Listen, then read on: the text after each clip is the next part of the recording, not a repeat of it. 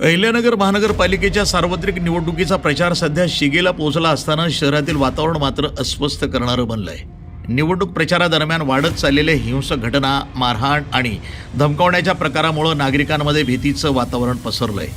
भोसले आखाड्यात काही दिवसापूर्वी राजकीय वादातून झालेली मारहाण आणि एका कार्यकर्त्यावर झालेला खुनी हल्ला हा ताजा असतानाच मुकुंदनगर परिसरात एक गंभीर स्वरूपाची घटना घडल्यानं खळबळ उडाली आहे। दिनांक 3 जानेवारी रोजी रात्री प्रचार करत असलेल्या एका तरुणाला मारहाण करून त्याच्या डोक्याला गावठी कट्टा लावून जिवे मारण्याची धमकी देण्यात आल्याचा आरोप करण्यात आला आहे। या प्रकरणी यासीर अन्सार सय्यद वय 21 राहणार दर्गा दायरा मुकुंदनगर यानं भिंगार कॅम्प पोलीस ठाण्यामध्ये तक्रार दाखल केली।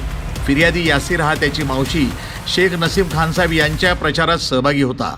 दिनांक 3 जानेवारी रोजी रात्री 11च्या सुमारास तो आपल्या मित्रासह अल अमिना मैदान मुकुंदनगर परिसरात थांबलेला असताना काही जण दुचाकीवरनं घटनास्थळी आले।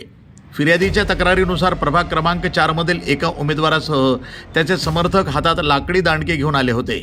आमच्या विरोधात प्रचार केला तर याची किंमत मोजावी लागेल, पुन्हा अशी हिंमत होणार नाही असं म्हणत धमकी देण्यात आली। वाद वाढल्यानंतर फिर्यादीला शिवीगाळ करत लाथाबुक्क्यानं मारहाण करण्यात आली। तसंच एका आरोपीनं गावठी कट्टा काढून थेट त्याच्या डोक्यात लावत जिवे मारण्याची धमकी दिल्याचा आरोप तक्रारीत नमूद करण्यात आला आहे। या हल्ल्यानंतर फिर्यादीच्या मित्रांनी हस्तक्षेप करत त्याला आरोपींच्या तावडीतनं सोडवलं। आरडाओरड झाल्यानं सर्व आरोपी घटनास्थळावरनं पसार झाल्याचंही तक्रारीत नमूद करण्यात आलंय। या तक्रारीच्या आधारे पोलिसांनी प्रभाग क्रमांक 4 मधील MIMचे उमेदवार आणि माजी नगरसेवक समद वहाब खान, श्याम उर्फ समीर जाफर खान, खालिद दिलदार शेख, सुफियान समद खान, माजिद समद खान, मुजीब उर्फ मुरे अजीज खान, नावेद रशीद शेख यांच्या विरोधामध्ये दंगा, शस्त्र कायदा तसंच जिल्हाधिकाऱ्यांच्या प्रतिबंधात्मक आदेशाचं उल्लंघन केल्याप्रकरणी गुन्हा दाखल करण्यात आला असून पुढील तपास सुरू आहे। मात्र या संपूर्ण प्रकरणामध्ये पोलिसांच्या भूमिकेवर आता गंभीर प्रश्न उपस्थित होतोय। घटना इतकी गंभीर असतानाही गुन्हा दाखल होण्यास विलंब का झाला?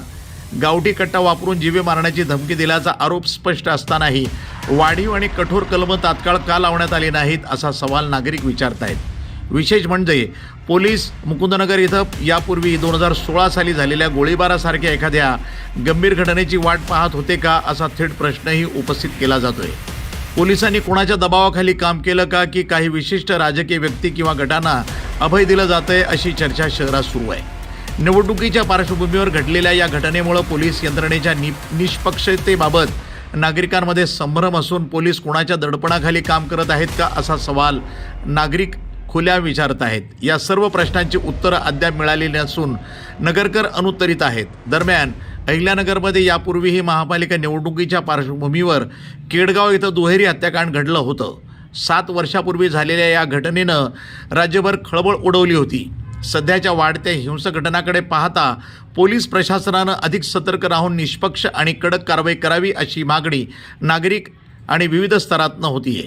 निवडणूक प्रक्रिया भयमुक्त पार पाडण्यासाठी शहरामध्ये कडक पोलीस बंदोबस्त ठेवावा, कोणत्याही प्रकारच्या राजकीय दहशतीला थारा देऊ नये आणि पोलीस प्रशासनानं स्पष्ट पारदर्शक भूमिका घ्यावी अशी अपेक्षा नागरिक व्यक्त करत आहेत।